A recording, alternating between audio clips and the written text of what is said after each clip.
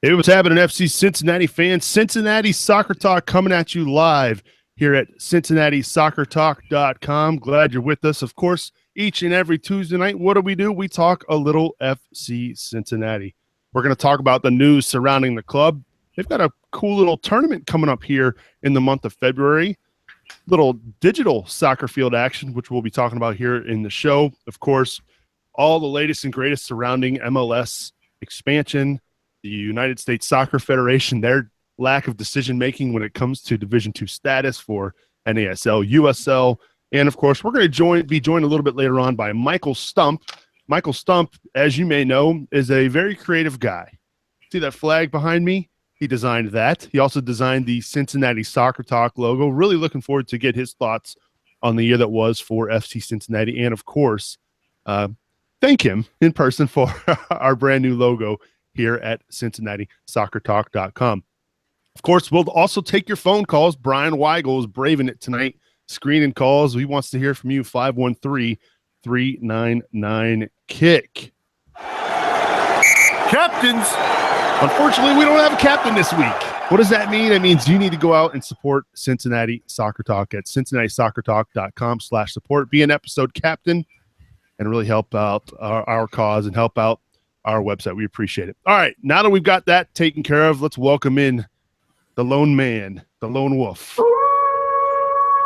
Bill Wolf. What's happening, Bill? It's been a while, buddy. It's been quite a while. Yeah, I missed you guys. So I was almost on a podcast the other day, but then we had some technical difficulties. That was kind of a drag. So well, we're glad to have you back. Hope you had a good holiday season. Yeah, we had some family issues, but all in all, yeah. I mean, it's always nice to get away from work and recharge the batteries a little bit. We're glad to have you back here on the podcast. Also, we welcoming back Boston Brazel. Boston, welcome back, sir. Hey, Nick, good to be back. Starting to get that bug to watch some live soccer, and so I'm not quite sure how to get my fix yet, but man, I'm ready. Now that it's 2017, I feel it even more. Need that FC Cincinnati season. If you think about it, FC Cincinnati a year ago, they were playing in the middle of February down in Florida. That is not that far away. It'll be here before you know it, man. So glad to have you back as well. Last but not least, Brian Weigel. How's it going, Brian? Wonderful. I just wanted to thank you guys for having me on, doing the call screening and doing the co-host. This is going to be an interesting night, but also want to point out to you guys that we're going to be adding a new mid-season correspondent for Cincinnati Soccer Talk. So I don't know if you guys heard this or not, but Weigel Baby number 2 is coming in July. So hopefully that won't hurt me too much, but can't wait to add another member to the Cincinnati Soccer Talk family here. Well, congratulations to you and your wife. Breaking news here. I wish I had one of those breaking news sound effects. That's the one thing I don't have. Maybe just a crying baby noise. Oh, yeah, for sure. That's all I'm going to hear in July. So, yeah. Well, congratulations. At first, I thought you were like talking about an actual writer, and I was like, wait, that's news to me, man. Yeah, that would be a pretty big shock to you. But no, that's awesome stuff. Congrats. And we'll obviously be keeping track of that as we go throughout the season here at our website, CincinnatiSoccerTalk.com. Again, if you want to get in touch, 513-399-KICK, 513-399-KICK. You can also hit us up on Twitter at Cincy Soccer Talk. That is our Twitter handle. All right, let's get to the FC Cincinnati news, shall we, gentlemen? FC Cincinnati announced over the weekend that they will be hosting a FIFA tournament. What does that mean? Yes, the video game FIFA. They'll be hosting a tournament on February 11th and 12th. That'll take place at 50 West Brewing, Molly Malone's, O'Brien's Bar and Grill, the pub at Rookwood, and, of course, at Rhinehouse. The final will be at Molly Malone's on Sunday the 12th. Pretty cool. I was wondering when this was going to happen. It seemed inevitable once we had a soccer team here in Cincinnati that something like this would occur. And, by the way, I think Chad Johnson even mentioned that he's down for coming down and playing in that tournament. Should be pretty cool.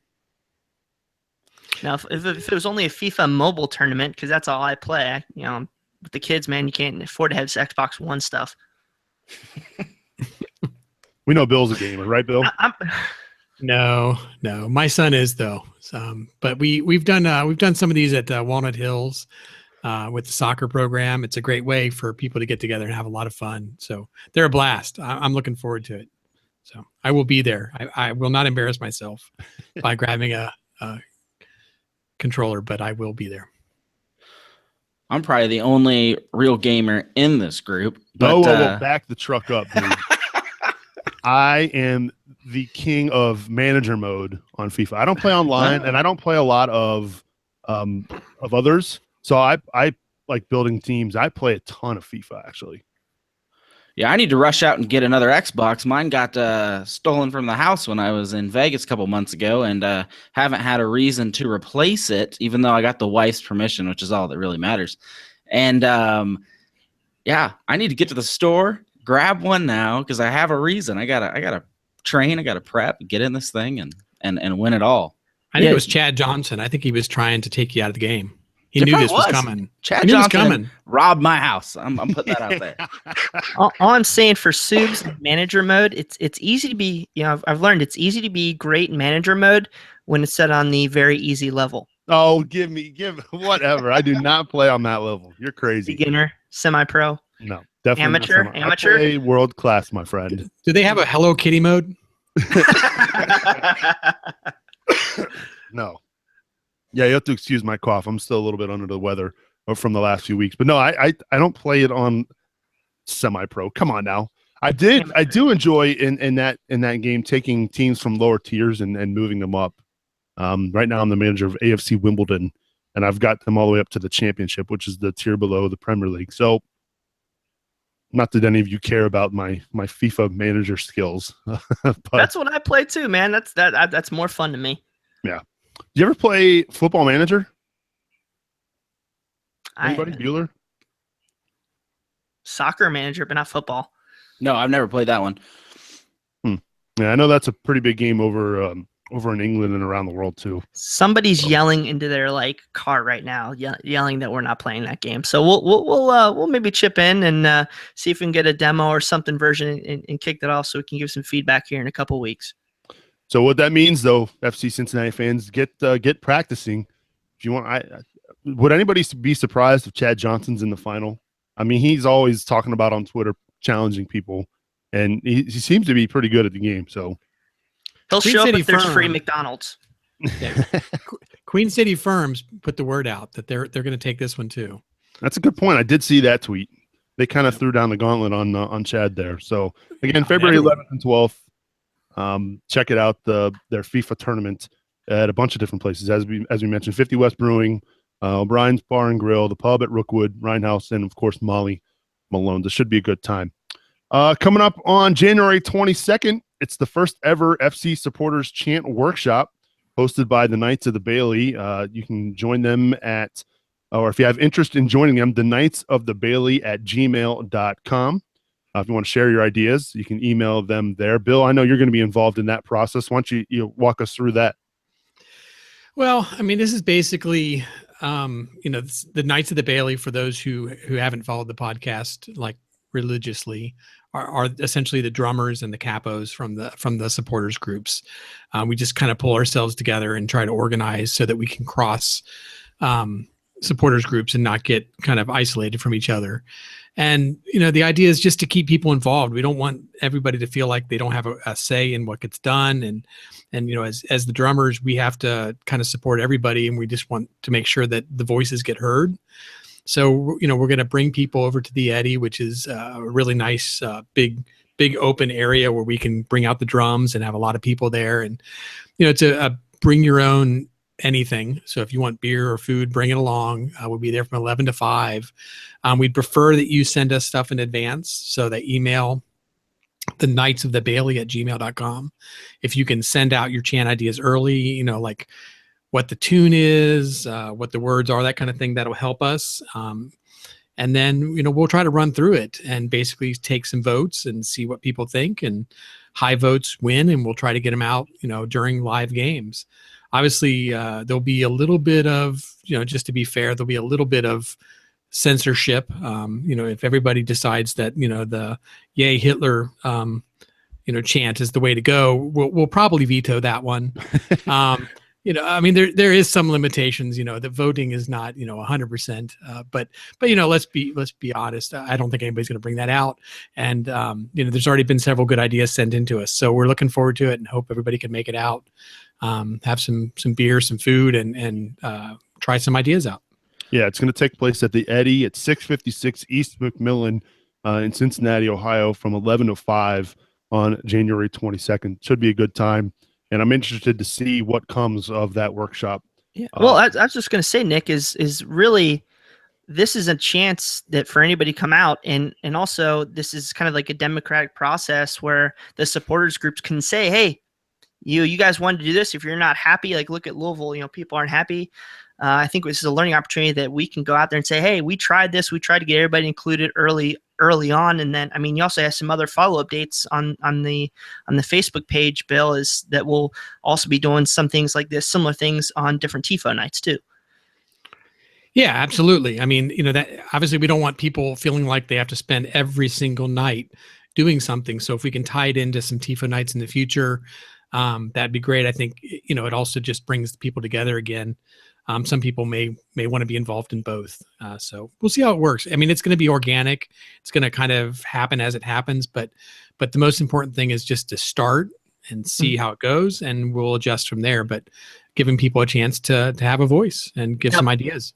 Yeah. Now, Bill, if there's somebody that wants to be involved as kind of like a capo or some sort of leader, is this a venue where they can come meet you guys and kind of potentially work themselves in over the course of maybe a season or something like that? Absolutely. We definitely are not trying to be an exclusive closed group. We want to grow. We did have a couple new people that we've brought in between seasons.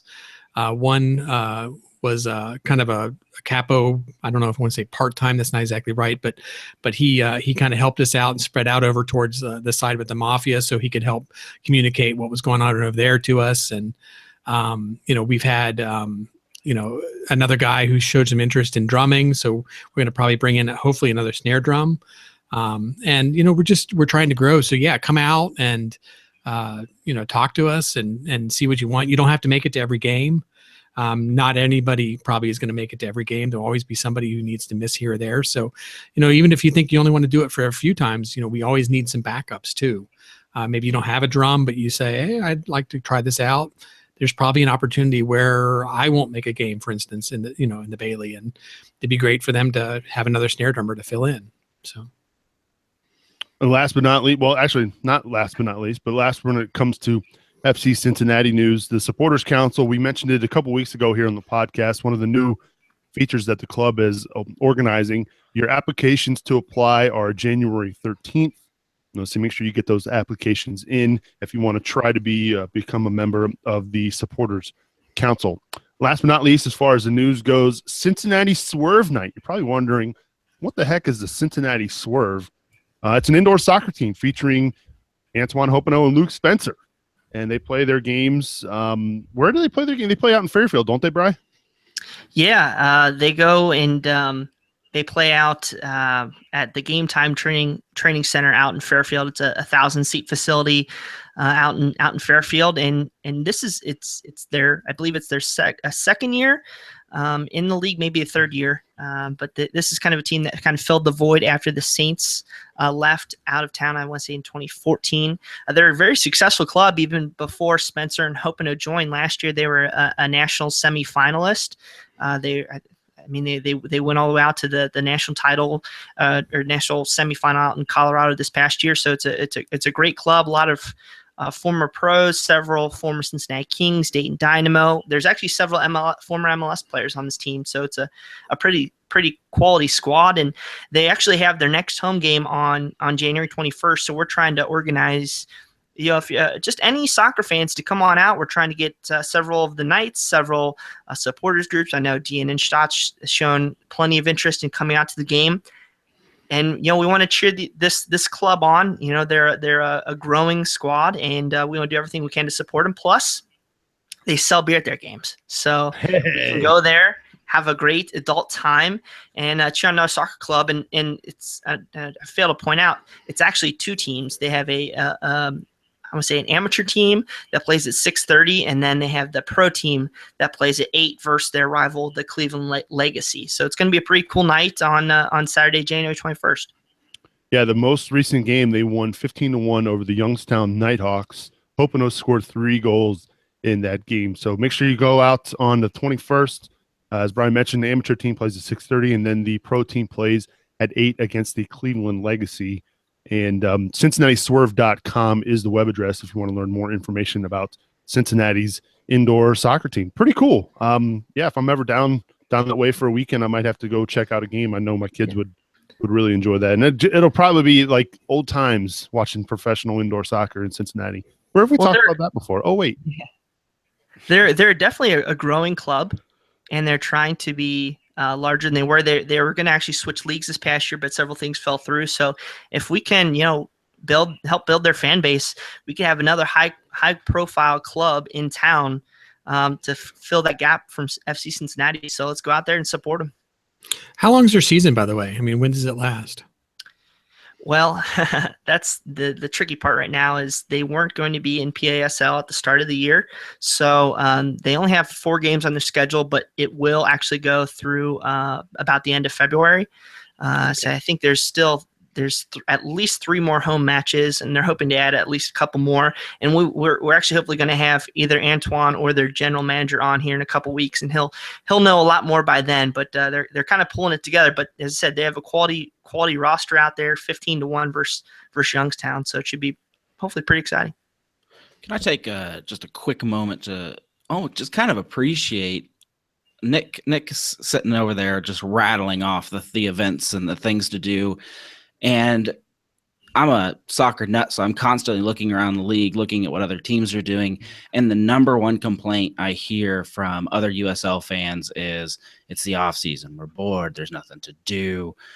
I wish our team would communicate better, tell us what's going on, et cetera, et cetera. And we're so fortunate to just have event after event after event and things we can do. I mean, the FIFA tournament in the middle of February while we're waiting on friendlies to be announced. It's great. Yeah, I would say, I see that reaction quite a bit on social media about, a lot of the reason for no news coming out right now is due to other things outside of the club's control, which I'm sure we'll talk about here in a little bit. But we actually did get a little bit of, some rumors surrounding FC Cincinnati when it comes to players. Cesar Benitez is a 26-year-old from Paraguay. He plays left back and right back for Coritiba. I hope I'm saying that correctly, in Brazil. They're currently sitting 15th right now in Brazil's top league. Apparently showing interest in playing for FC Cincinnati. I know defensively right now they're pretty solid at center back. FC Cincinnati are. They could use some help on both sides of the defense. Well, I mean, I don't know this player.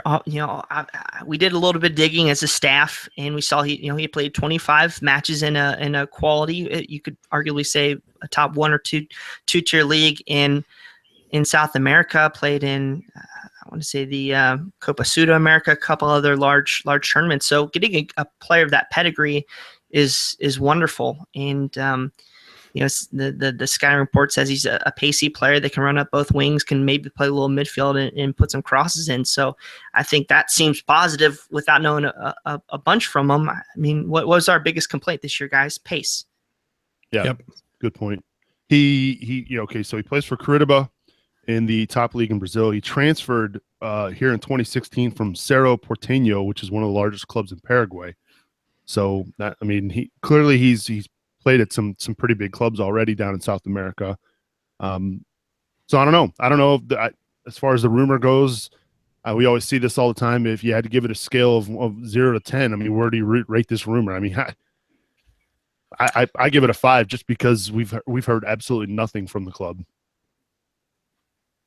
Well, it's a single sourced rumor, which always gives you in the media pause. Yeah. You want one person saying it. We don't have anything to back it up at this time. We've never seen this guy before that's putting this rumor out there. Now maybe it's because Brazil Paraguay, it's all so far away and not something we follow regularly. So I would just, put it in that skeptical column. There's a lot of if, ands, or buts about it. The one thing that we heard last year prior to the season is that Coach Harkes went to Spain to recruit players. This year, we haven't heard anything.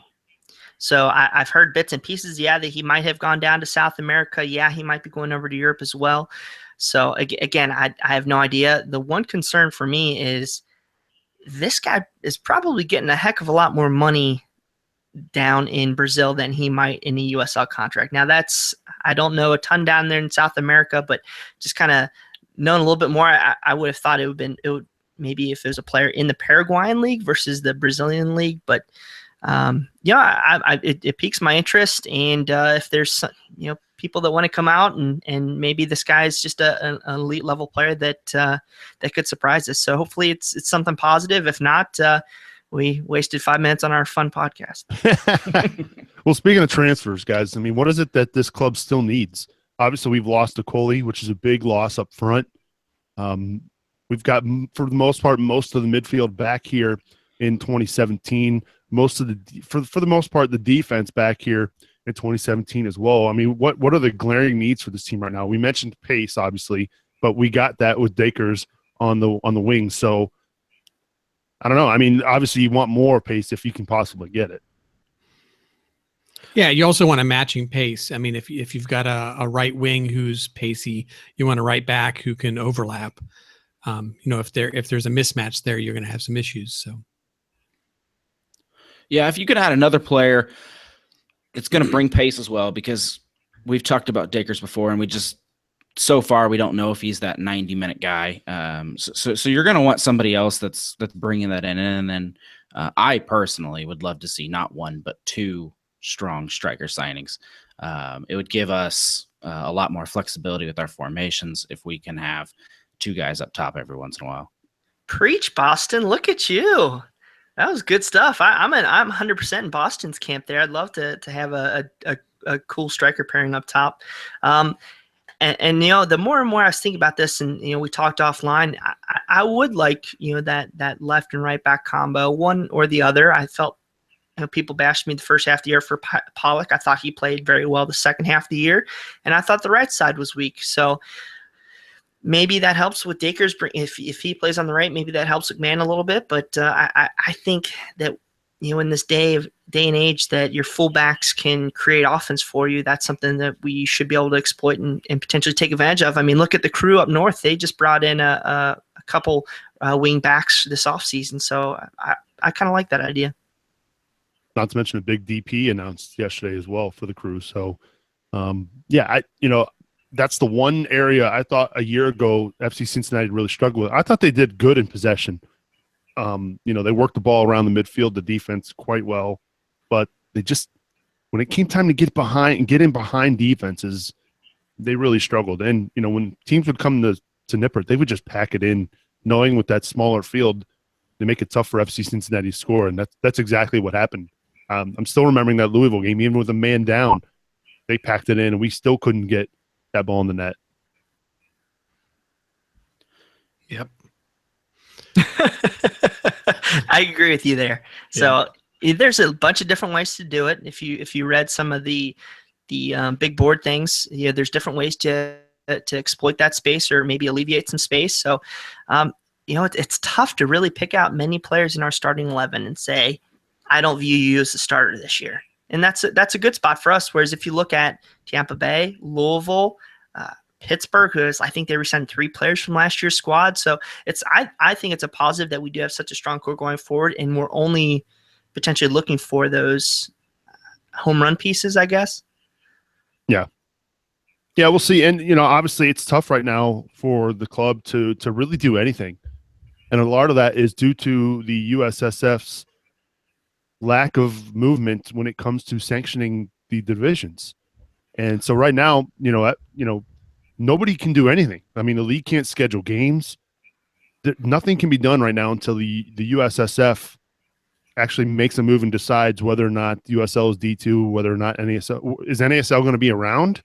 I mean, this was supposed to come down how many weeks ago, Boston, and we're still, it's January 3rd and still nothing. I mean, I think some of us were hoping for it about a month ago, and then we thought, well, maybe like mid-December, and then it was maybe end of December, and then when they said going into the new year, I was like, oh, we have got a major problem on our hands. It's not necessarily that the USL being D2 is this magic schedule thing. It's that if you make the USL D2 over the NASL, some teams are going to leave, and they're going to want to join our league, and then even if the USL has a schedule already made, they'd have to wipe the whole thing and start over from scratch. So that's why we're seeing, you even see frustration from the clubs. I've seen in the last week a number of clubs tweeting out, just come on, guys. Indy and the Indy 11 and the Fort Lauderdale Strikers both had stuff, and FC Cincinnati today too. Indy was great. I love that one. What did Indy do, Bill? It was a little Obama reference about it being confidential or. Oh, nice. Yeah, I think Fort Lauderdale went back with them, and then I wish I remembered, but somebody tweeted at both of them and said, "You guys are in the NASL. You know more than all of us." I thought that was maybe they don't, and that's the big issue. I mean, it just seems like every day we're getting new rumors about the NASL sticking around, or the NASL is going to fold, and teams are going to join the USL, which will be D2. I mean, nobody seems to know anything, and the president of the federation is just silent. It just seems like he's not doing anything and just pushing it off his desk and making NASL and USL kind of settle. At least that's how it seems from the outside. Maybe Sunil Gulati is working on it, but then again, he was announcing today that the United States men's national team is going to play down in Chattanooga. So he's got that stuff on his plate too. I feel for the clubs. I really do, because they want to make moves. They want to sign players to contracts worthy of the division that they're going to be playing in. It's tough. It's kind of. I'm sorry. Bring it back to what you said there, Nick. Is Sunil, working with the U.S. men's national team? Don't forget, he's also negotiating a new collective bargaining agreement with the U.S. women's national team. So, how far is this down on their priorities? And honestly, it's kind of goes back to what what was on our special podcast last week. I think he's just waiting for the leagues just to figure it out. I mean, you have some great leaders in the leagues with Peter Wilt, the gentleman Alec Papadakis from USL. So. I mean, it's just getting crazy, and it's just at some point it needs to get done. Yeah. Speaking of Peter Wilt, that's what you call a segue, Brian Weigel. We're going to be joined by Peter Wilt on Friday for a special edition of Cincinnati Soccer Talk. Peter's going to join us to discuss, well, I don't know exactly what. He might not be able to tell us a whole lot, but he's obviously got his ears tuned to the soccer world when it comes to NASL and all this stuff. So make sure you check it out. We'll be live 3 o'clock on our page at CincinnatiSoccerTalk.com/live. And, of course, we're going to stream it on Facebook Live, which we are doing that for the first time tonight as well. So everybody who's watching on Facebook, thank you for tuning in. We appreciate it. So, yeah, you want to check that out. It's going to be Brian, you did a great job organizing that interview, and I know you're pretty psyched about it. I'm very psyched about it. I mean, this is honestly, we're working with several different outlets. We're working with Chad Hollingsworth with Scratching the Pitch. We're also working with the gentleman from Midfield Press. So we're very excited for the event. I think this is going to be a big deal, nationwide, more than just our Cincinnati podcast. Yeah, it's going to be a good time. Check it out again, our website, CincinnatiSoccerTalk.com/live. That's where you can tune in live on Friday afternoon. We all know Friday afternoon you're not going to be doing any work anyway. 3 o'clock on a Friday, Boston's shaking his head. He knows he's not going to be doing anything at work other than tuning into this interview. So, and of course, if you can't tune in live, we'll obviously drop it in our podcast feed, so you could download and listen to the show that way. So it should be a good time. Looking forward to that. And I'm glad we're getting involved with Chad. Chad Hollingsworth is a great source when it comes to lower tiered soccer here in the United States. And it's been a while since we've had him on the podcast. First ever guest in the history of Cincinnati Soccer Talk, that is Chad Hollingsworth. So it'll be good to catch up with him a little bit later on this week on Friday. Should be a good time. We're going to be joined here in a little bit by Michael Stump who is the creator of the Cincinnati Soccer Talk logo. He was also one of the creators and guys behind this Cincinnati Soccer Talk flag, which you could, or not Soccer Talk flag, Cincinnati Soccer flag here in my background. And he was, he was pretty instrumental in getting things going early on for Cincinnati soccer and getting flags made. And it really took here in this city. He was a big reason for the big jump, and I'm really pleased to have him join us now here on the phone line here on CincinnatiSoccerTalk.com. Stump, man, how's it going, buddy? Hey, how we doing, guys? I'm doing great. Pleased to have you here with us on Cincinnati Soccer Talk. Let's start off first and foremost. Let's talk about this flag. How did the inspiration come from the flag? Why did you want to design the flag, and how awesome was it to see players draped in the flag and see fans bringing it to games? I mean, that had to be pretty cool. Yeah, it was pretty phenomenal. The flag was just I'd done some early stage work when the team was announced, and I got really excited about having a team in town, and threw together a couple jersey concepts and things that I was just kind of messing around with. And it all started with some random tweet where I started putting some ideas together. I pictured, like, you see these games going on over in Europe, and the supporter sections, the people wave flags the entire time. And I thought, well, Cincinnati's got such an incredible flag, and also such German heritage, and all these opportunities for kind of symbolism. And I just kind of put together a goofy little Twitter poll, kind of gauging everybody's interest on ideas, and the team retweeted it. And right then, the fire was going really strong for the early support, and it caught, wind caught it. And next thing I know, it was, the winning flag was the orange one that I think you've got behind you, Nick. And the second place one was kind of the blue, similar design. And I just, I was like, we have to do this now. So my cousin Jason and I kind of discussed how we would handle it, and Artie over at National Flag Supply in Cincinnati hit me up and said, let's make this work. And one thing led to another, and the Kickstarter flew off. And I mean, the things were just, it was crazy. I ended up doing a whole second order of 50 more flags, and those are all gone too. So it's pretty cool, man. It was just, for me, it was another moment of realization that FC Cincinnati was taking things by storm. So it was a cool, humbling experience that, while I designed it and threw a couple of things together on the Cincinnati flag, for me, it was my opportunity to kind of get in the mix and be part of the great supporters culture. So it's been phenomenal. One of the things, real early on with our website, Cincinnati Soccer Talk, one of our very first posts was an article about your cool little jersey designs, a little hypothetical. If MLS ever came to Cincinnati back then, you had these awesome jersey designs. Oh man, I forgot about that. Yeah, and it was one of our most visited posts at the time, and kind of blew up, and then it got shared around social, kind of went a little viral. Now that the club is talking about MLS a little more frequently, I mean, is there any chance that jersey could be the MLS jersey? I mean, it's probably unlikely, but I think it would look pretty badass. I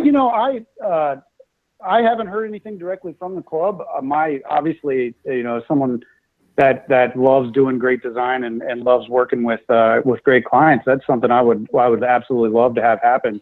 And I don't see why it couldn't. I think, it's a funny one because Adidas is a German company, and I've kind of, Adidas and the MLS would be the ones in charge of that stuff. And there's obviously heavy, Bavarian play there, and I use our German beer heritage in the mix with that stuff. So there isn't any reason it couldn't be. We get into a lot of conversations about templates with a lot of the soccer, jersey designs these days, and that's somewhat limiting. But you see people break it all the time. So I think if the cards were played right and that was something that was put together, I don't see a reason why it couldn't be. And I honestly, I was humbled by the response to that post, and just the way that people jumped all over that. So I wasn't even really heavily on Twitter until it all kind of started.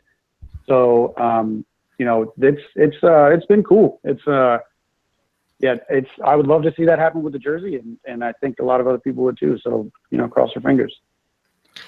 Now, Mike, the one thing I've seen on a lot of your designs is the Bavarian concepts. How did you kind of come up with that originally, just besides the general OTR stuff? And I know when a lot of teams make the move from like a USL to MLS, would you maybe try to do another viral post and organize a more Bavarian rebrand?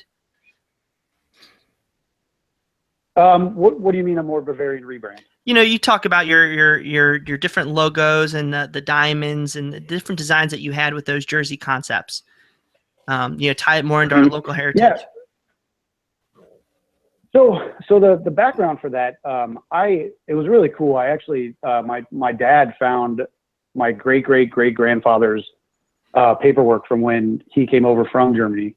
And it was a cool moment. It was kind of a cool thing that, you hear about Cincinnati's German heritage, and I think it's very obvious. We've got the whole like second largest Oktoberfest thing going on. And if you're standing on one of the hills and you look down, you can see so many buildings that were pushed through that, and our beer culture. And one of the things I think that's really interesting about, and the opportunity that I think Cincinnati has with that is Munich is our sister city. Obviously that's where the Bavarian Czechs really preside heavily. And, I think in Major League Soccer, there's a couple countries that kind of get represented with like the Fleur de Lis and some of the teams that have French heritage and things like that. And I think there's a really weird void where, the Bundesliga is obviously one of the largest leagues in the world, and it doesn't seem to really kind of get that attention. And I think there's kind of that connection that Cincinnati uniquely has. And that really just pushed everything with my designs. I just kind of felt that we were that team that could have, kind of really shouldered that and worked with that kind of partnership over with Germany. So that's where a lot of that came from. And, I got some other ideas that have been spinning around, and I think this was about the time last year that I started working on that stuff. So, now with the holiday pass, who knows? But I definitely want to, kind of get back there and make sure I'm not just spinning my wheels and pitching out the same stuff. But we'll see what happens. Michael, I had the pleasure of meeting you shortly after the flags. I caught it on Kickstarter, and so I missed the Twitter poll, but you really helped me out there. And then I was lucky enough to collaborate with you on a few small other projects. Could you give us any kind of hint about something you might be looking at, for maybe a 2017? Let's see here. What are we working on?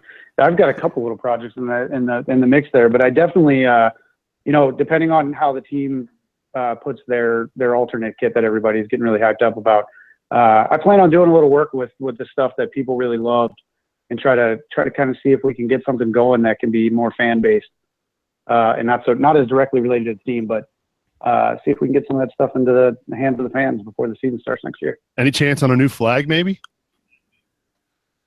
Yeah, I've got another idea going with that as well. So, the machine is brewing and kind of and to the point that Boston pointed out, I want to say too, I think you guys bring this up very often on your podcast, and I think it's one of the really fun things to listen to. But just the sitting here talking with you guys now after that whirlwind year that we have all experienced, I got to say it's been one of the cooler things about living in the city since I've been back. That I think I've met almost all of you guys face to face through either flag exchanges or seeing you at the bars or seeing you at the MLS event. And I think that's really cool. So I want to give props to that, and thank you guys for kind of also being here for part of the community. So. Well, I think, we should also kind of give you a little credit, Michael. I mean, you certainly have a passion for this. You've put yourself out there. You've given a lot of time and energy to this. There's some other things I know you've been involved with. If I'm correct, you also designed the Legions logo, and maybe even some more beyond that. Do you want to maybe talk about some of the other groups you've helped out, and maybe your passion for soccer and why it's you've been so willing to help everybody?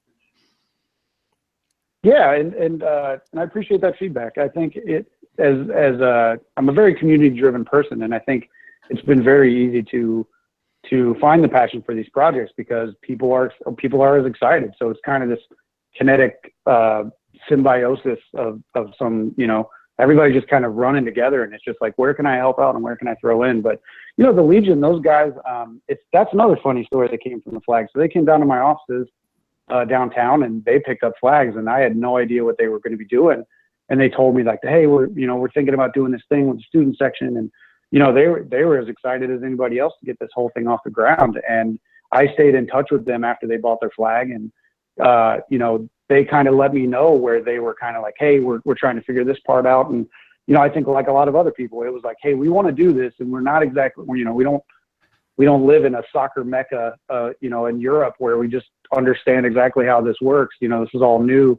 So, they popped in, they said they needed some help, and, it was another opportunity to get in the mix and kind of just add to the storm. So, that was one. And the other cool moment was getting to do the second match poster, but it was the first game against Louisville. And I already knew that, we already saw on that rivalry. So that was really cool. So, seeing that poster that came out they were handing out at the end of the season last year, that was kind of just one of those defining moments, I think my goal with all this stuff was to be able to look around. All of us have been a part of this first massive year that happened with us. And my opportunity as someone that wasn't going to be able to go to all the supporter group meetings and paint tifos all the time was, I wanted to be able to look out one day and go, see a flag waving and go, that was my contribution. Because when all said and done, this is a thing that involves tens of thousands of people, and to be able to have your part in is pretty humbling. So we're hanging out with Michael Stump. You can follow him on Twitter at Michael J Stump. And speaking of going out and looking, people that go out and look at our website every day, Mike, they see the Cincinnati Soccer Talk logo, which you designed. And by the way, thank you for that tremendous design. We really appreciate it. Talk about the background of how did you come up with that design for our website? Oh man, that was I think that was the most recent thing that I've done. So that was kind of cool. I mean, Nick, you and we were in touch with, I think maybe a couple weeks into the season, and I'd kind of thrown some ideas at you. And,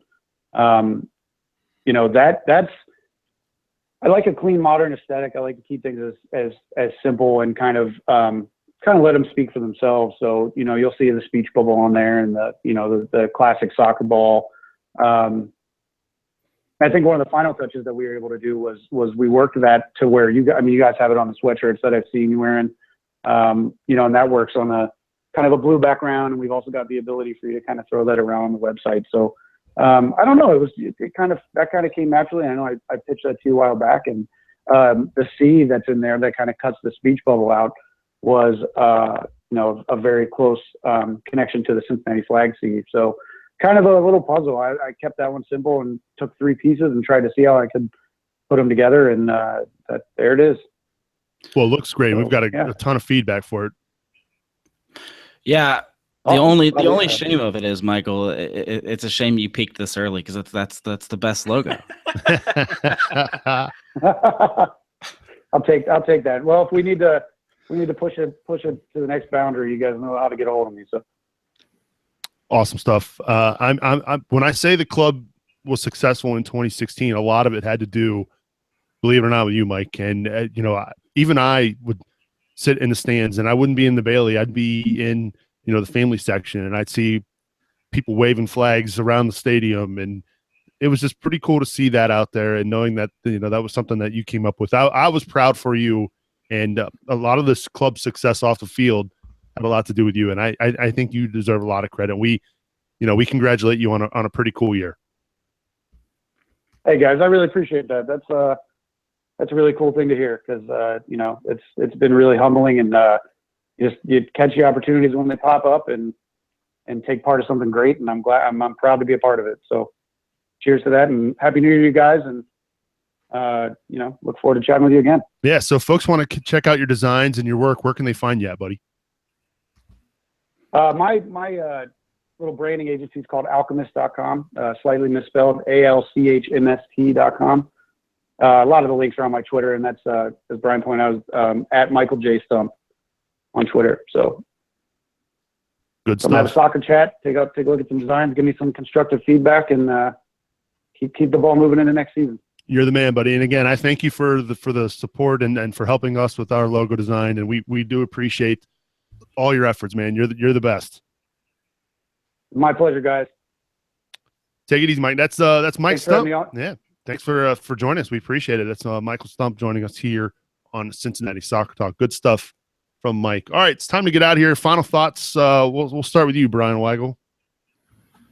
Well, guys, there's so much news coming out every day between all the other 10 candidates for MLS, maybe positive, maybe negative, but we just need to keep making our mark out there, do positive things, engage people on Facebook, Twitter, on Reddit, your favorite place over there, Boston. So just keep it going, guys, and we appreciate everything you're doing.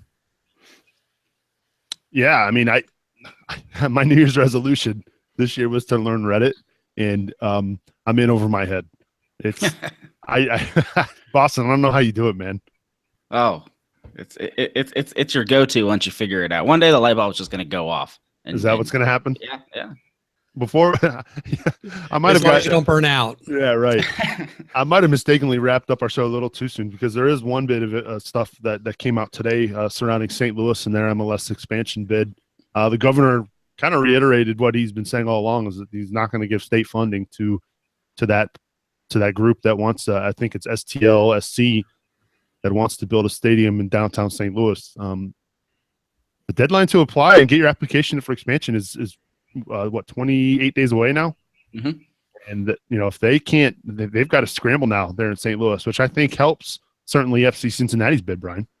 Well, Kavanaugh, the owner, or I guess he's the president of that organization, he came out on the interview with the Luligans saying that if they don't get in this round of expansion, this ownership group's done. They're going to look for somewhere else. And this could be political speech too to get that ball rolling, but that's a big setback potentially.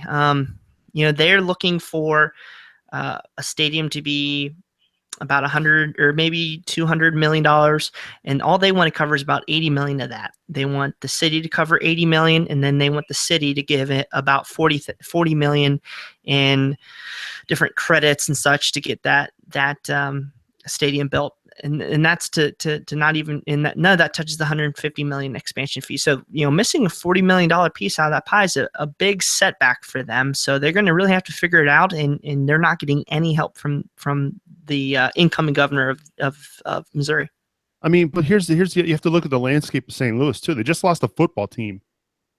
Are the citizens of that state or that city really up for ponying up for another team that could?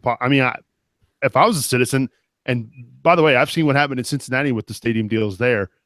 I know my parents who, pay the taxes down there, they don't want to pay for another publicly funded stadium. I mean, I'm sure that's how they feel in St. Louis. Yeah. St. Louis is Cincinnati 15 years ago. It was just the downtown's falling into disrepair, bad financial deals, people taking advantage of the government. And, even on some of their podcasts and different shows, including on their blogs, is they say St. Louis is a dying city. We need, St. Louis SC to come in here and reinvigorate it. I don't think that's where MLS needs to go. I mean, look what NHL did with Atlanta. They went to this is the city that has to have it because there's a bunch of people there. And guess what? The city and the fans didn't support it. Do we want MLS to go to a city like that? How many people go to but just out of curiosity, I know, Bill, you kind of kept close watch at the attendance figures this year, but I can't imagine St. Louis had that big of an attendance. I mean, I know it helps or doesn't help that the stadium is not the size of Nipper Stadium, but it's not like they were packing the stands. Yeah, I mean, I don't know the figures off the top of my head, but I mean, we were so far above, Sacramento, who was 11,000 maxing out their stadium, and then far behind them was Louisville at something like 6,000. I mean, they were probably 3,000-4,000 if they were in the upper echelons of USL draws. I mean, they're definitely not drawing large crowds right now.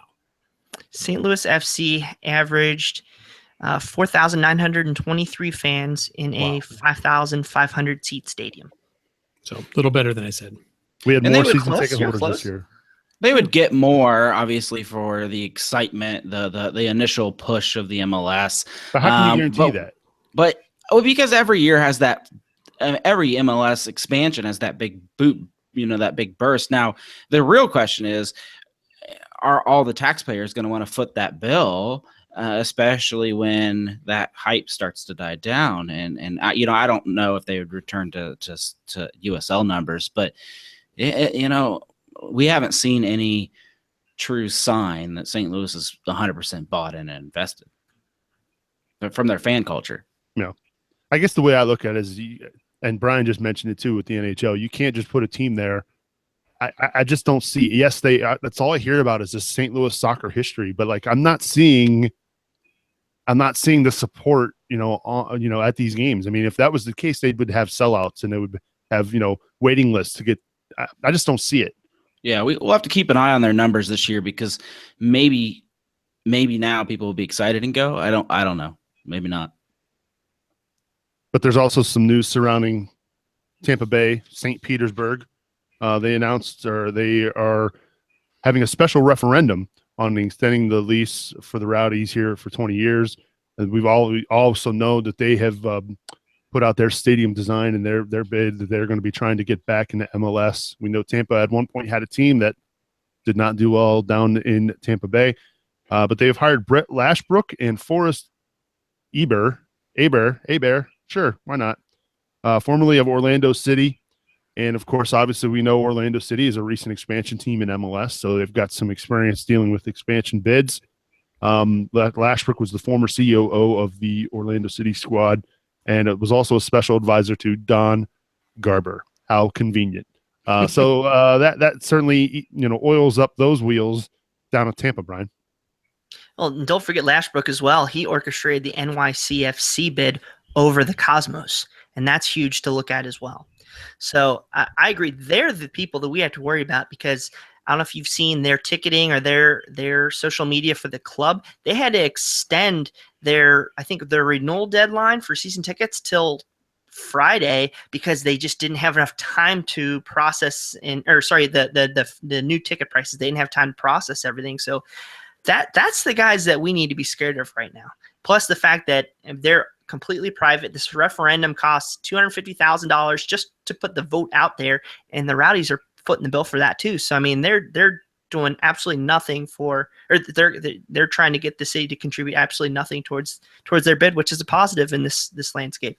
So if I think the four of us kind of are all on the same page that right now St. Louis, with their struggles to getting that all worked out, they have kind of dropped down that pecking order when it comes to MLS expansion. If we had to really pick three cities right now that are kind of at that forefront, Sacramento, Tampa, Cincinnati, probably in Tampa. Mm-hmm. And is there a scenario where you see Sacramento getting leapfrogged in this expansion process? Because they have been a team that they've been doing it for years and years now. But again, no progress has been made out in California for them. Can you foresee that potentially happening where Sacramento gets left out in this first round of expansion? It's possible, but the backlash is too incredible. I'm with Brian. It's highly improbable, but yes, possible. I want to give you my reason why is because if you don't include them, then you're going to just crap on every other club like an FC Cincinnati or St. Louis or Tampa who puts all this effort into building a good fan base to be ready to rock in favor of just somebody who can throw $4 billion at this thing. So I think you have to go with the nature of the club over just the pockets of billionaires, honestly. But it's a whole different animal, and MLS changes the goalposts every week. I'm wondering too if we still don't know what's happening with Miami. And that's kind of another chip that's got to fall. I mean, we know that they have been given that expansion team, but there's been no progress on the stadium. We don't know anything about Miami. Last time we heard, Don Garber kind of mentioned that things are progressing with that team. But if they're not ready by 2018, somebody's got to be ready.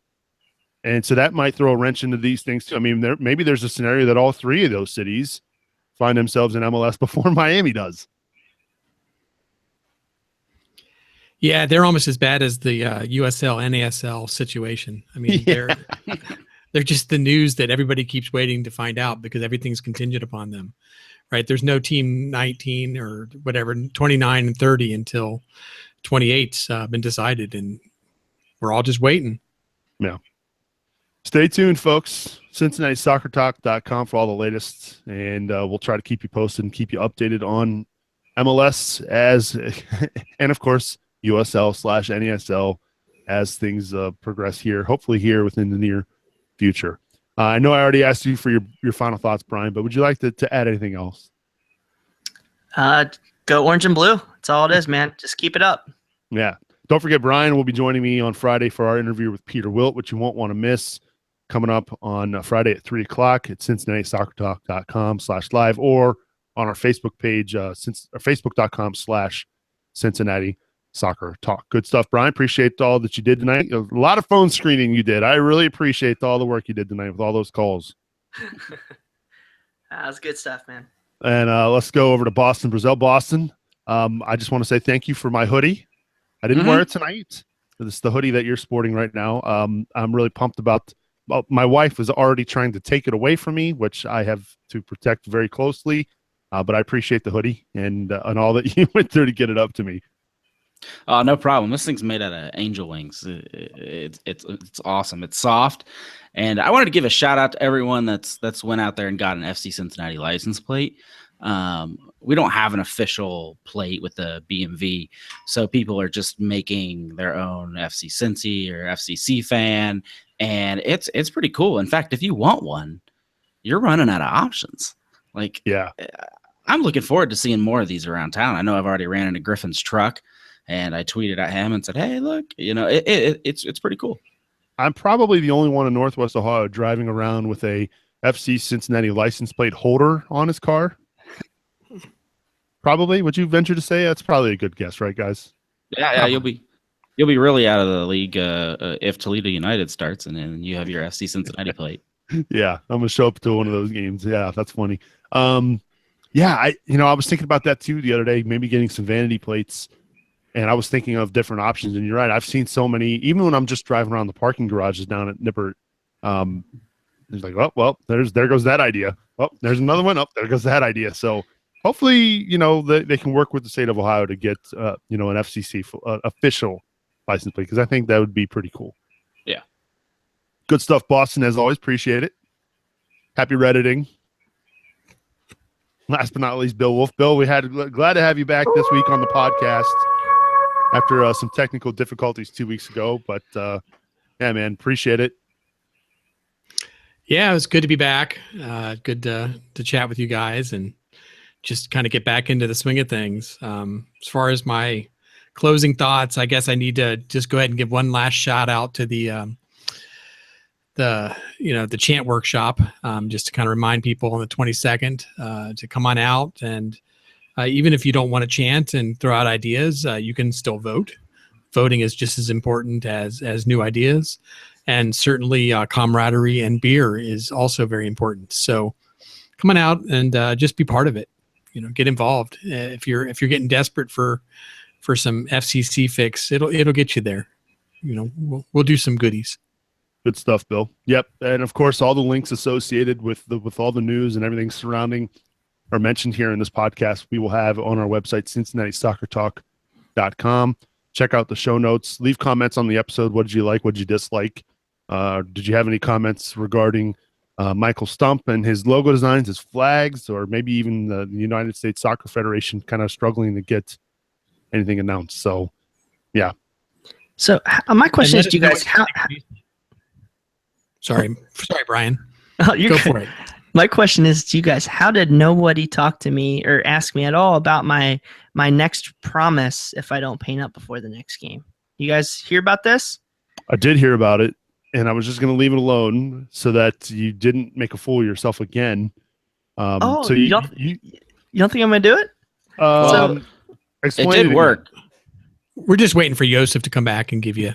Yeah. He needs to return to the podcast first, so we'll get him back on at some point in the next 2 years. So explain it for those who missed it. Explain it again. What you promised. So was it if we got to 20 or 25 iTunes reviews, I would paint up for a game. And then I think we had 3 games left in the year, including the playoff game. And I couldn't make two of them. And then the playoff game, I brought like 8 members of my family, so I didn't paint up. And then, of course, I promised that I would paint up for the Garber event where your mom would drive me around. And that didn't work out. Nick's mom. Hi. Yep. And so now I said, if I don't paint up by the 5th game, either Yosef and Boston or Brad or some sort of combo are going to be able to shave my head, the little remnants of red I have left. So as a penalty to not keeping up that promise. So I'm going to paint up. We're going to need help from Tom Grabo there to help me paint up first class style. Nice. Yeah, we'll hold you to that. A little blurringe. I like it. Again, if you want to support our show, CincinnatiSoccerTalk.com/support. A little help goes a long way. Things like the phone line cost money, the website costs money, hosting our files for the podcast, it all adds up. So any support that you can send our way, if you enjoy what we're doing, if you enjoy our live shows, if you enjoy the podcast each and every week, our articles, please consider helping us out. Again, CincinnatiSoccerTalk.com/support. Of course, you can, Brian mentioned iTunes reviews. Rate and review our show. CincinnatiSoccerTalk.com/iTunes will take you right to our iTunes page where you can rate and review the show. We got a great review last week from John from Cincinnati. So, John, thank you for the iTunes review. Of course, a good host would have that review already pulled up so that you can read it. Maybe we'll save that for next show. But again, CincinnatiSoccerTalk.com/iTunes. All right. Again, don't forget, Friday, 3 o'clock Eastern, CincinnatiSoccerTalk.com/live. Brian and I will be interviewing Peter Wilt to talk about all this going down with NASL, USL, USSF. It's going to be a great interview. You won't want to miss that on Friday at 3. Cincinnati Soccer Talk is an SPNT production. For more information about our other podcasts, you can log on to spnt.tv. And as always, check out our FC Cincinnati content over at CincinnatiSoccerTalk.com. So for Bill Wolf, Boston Brazil, Brian Weigel, I'm Subs, reminding you to watch your tackles, and we'll catch up with you next week.